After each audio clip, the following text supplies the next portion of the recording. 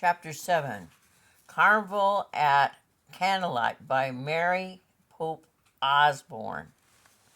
Chapter 7 The King and the Ruler. Oh, yeah, of course, whispered Jack. He'd forgotten all about that Teddy and Kathleen's book of magic rhymes. Jack pulled the book out of his backpack. He and Annie studied the table of contents. Make a stone come alive, said Annie. Make meadows soft, turn into ducks, fly through the air. That's it. No, said Jack. Go back to make a stone come alive. Why? Said Annie.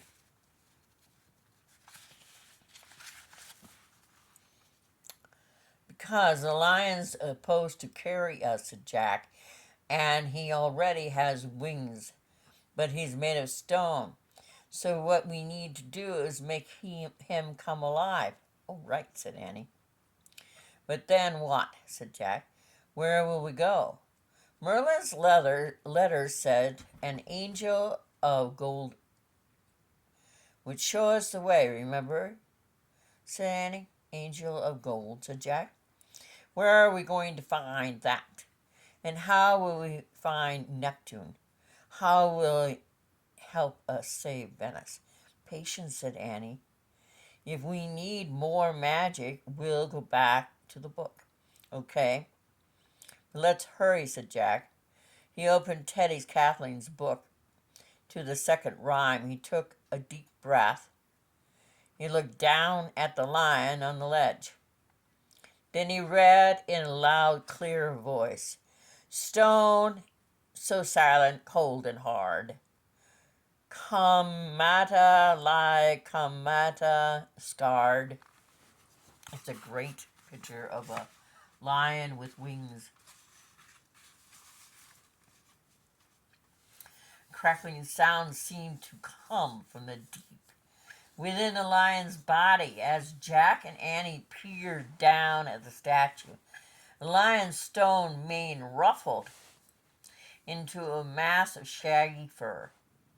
His stone back softened into a sleek golden coat. His stone wings stretched into long, luminous feathers. Wow, breathed Annie. Jack couldn't speak. Before their eyes, the statue had turned into a living lion with magnificent golden wings. The lion shook his mane and yawned. He had huge, sharp teeth and a long, pink tongue. His ears twitched. His tough tail swayed back and forth. The lion crouched on the ledge, off the ledge like a cat, leaped off the ledge like a cat. He spread his wings and caught a strong current of wind. His wings flapped and he began circling above the square. Here, here, Annie shouted. She waved wildly. The winged lion turned and flew back toward the tower. He glided silently onto the terrace, landed just a few feet away from Jack and Annie. He stared at them with golden eyes. You have to help us save Venice from the flood disaster, Jack said. Can you carry us to Neptune, said Annie. The lion padded toward them. He kept staring straight at them. He tilted his tremendous head and let a loud growl. Growl! I don't do lions, I do wolves, and I do eagles. He tilted his tremendous head and let out a long growl as if he was trying to answer. We have to climb onto your back, said Jack. I hope we won't hurt you, said Annie. The lion let out another growl, but he didn't sound angry. He sounded as if he was telling them to hurry. He crouched down so they could climb on. I'll go first, said Jack to Annie. I'll hold on to his mane, and you hold on to me. Jack slipped off his backpack and dropped it onto the terrace. Take the book of rhymes, said Annie. Got it, said Jack. He tucked the book under his arm and carefully climbed onto the lion's back. Oh, there's a great picture of the tower and the fireworks going off around a square. I've seen that square when I climb in Assassin's Creed. And the winged lion flying up in the air. Annie climbed on behind Jack and wrapped her arms around him tightly. Jack twisted his fingers into the lion's mane, and the mane felt surprisingly soft. Okay, we're ready, said Jack, and the lion stood up. He trembled slightly, then leaped off the terrace.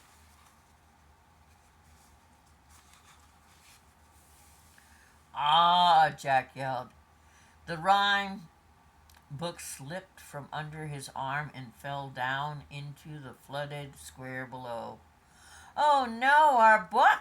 Cried Jack. Hang on, cried Annie. The lion flapped his great wings and rose through the sky, and Jack pressed his knees into the lion's warm back, clung to his mane. The lion flew toward the fireworks. The shower of red sparks was opening like an umbrella. Runes and whistles filled the air. Booms and whistles. Fiery bits rained down onto the darkness, whistling into the canal. Help! We're heading straight into the fireworks, said Annie. The lion dipped and turned away from the fireworks. The red showers gave way to bursts of blue and green. Which way do we go? Shouted Annie. As the lion flew back toward the square, Jack saw the gold weather vane on top of the watchtower. It was in the shape of an angel. The angel is of gold, shouted Jack. The weather vane was no longer pointing north. With the winds, the angel was turning slowly around and around, pointing in all directions. Fly closer to the angel, shouted Annie. The lion turned and flew toward the watchtower. As they drew near the golden angel, Jack called out, "Which way do we go? Which way?" And the weather vane turned in a full circle and then came to a complete stop. The angel was pointing toward the southeast, over the choppy water. "To the sea!" Annie called over the wind. The lion turned and soared into the wind. Strong winds shining like gold. "Oh, wow!" cried Annie. Flying Lion glided past the fireworks and over the wide canal. Leaving Venice behind, he flew high over the stormy seas. Jack gripped the lion's mane with all his might, and the lion sailed in and out of thick, fast-moving clouds. He flew above crashing waves and past bolts of lightning. He flew through the screaming winds and pelting rain. In the midst of the sea, far from land, and the lion began circling over the water. "What's he doing?" cried Jack. "Looking for Neptune," shouted Annie. "But Neptune's not real,"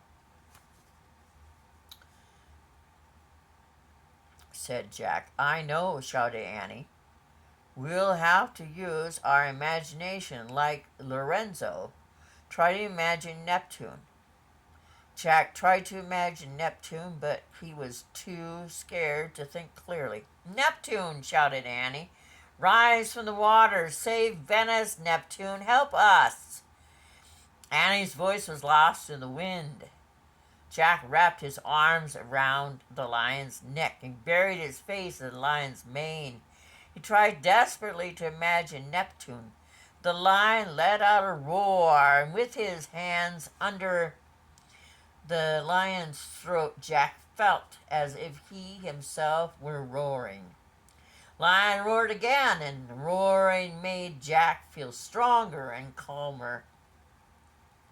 The details of Tippo's painting came into his mind. In his imagination, Jack saw Neptune, ruler of the sea, with his white beard and long hair and his strong arms and shoulders. He saw a lovely lady who was Venice and the grand lady of the lagoon. He saw Neptune giving the grand lady's gift. A gift. I see something, said Annie. Jack opened his eyes and sat up. Where? He cried. In the water, said Annie. Clinging to the lion's mane, Jack peered down into the darkness below. Lightning flashed over the sea, and Jack saw a huge three-pronged spear rising out of the foaming, churning waves. The sea below the spear began to heave and billow. Lightning was flashing again, and Jack saw the great mass of swirling seaweed rising from the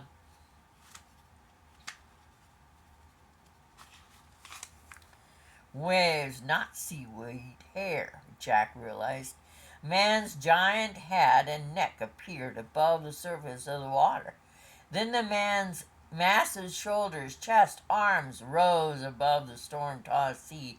The giant loomed high above the sea, as tall as a mountain. Now you know why I like this writer. Neptune, cried Annie. The lion let out a roar, and then another and another. Lit by flashes of light, Neptune's face looked as if he had been weathered by thousands of years of wind and sand and waves. He had deep-set eyes, craggy cheeks, and white beard, and a tangled hair hanging to his shoulders. Neptune, save Venus from the flood, said Jack. Please, said Annie. Save the grand lady of the lagoon. Please, called Annie. Save the grand lady of the lagoon. Well, it needed to be reset. Neptune looked at them for a moment. Then, with his powerful arms, he lifted his spear and thrust it down into the waves. And when the spear pierced the surface of the water, the sea made a gurgling sound and then a long slurp, as if the water was flowing down a drain. The thunder and lightning stopped, and the storm-tossed waves grew calm, and the wind died to a gentle breeze. The clouds parted, and the stars shined brightly. Neptune raised his spear, and he nodded to Jack and Annie and the lion. Thanks, said Annie. Thanks, said Jack. The lion roared again, then Neptune began to sink back into his sea. His long arms, huge shoulders, thick neck, cracky face floated high. All disappeared. The prongs of his spear sank below the surface of the water, and the ruler of the sea was gone. Only shimmering whirlpool circled in the moonlight. End of chapter 7.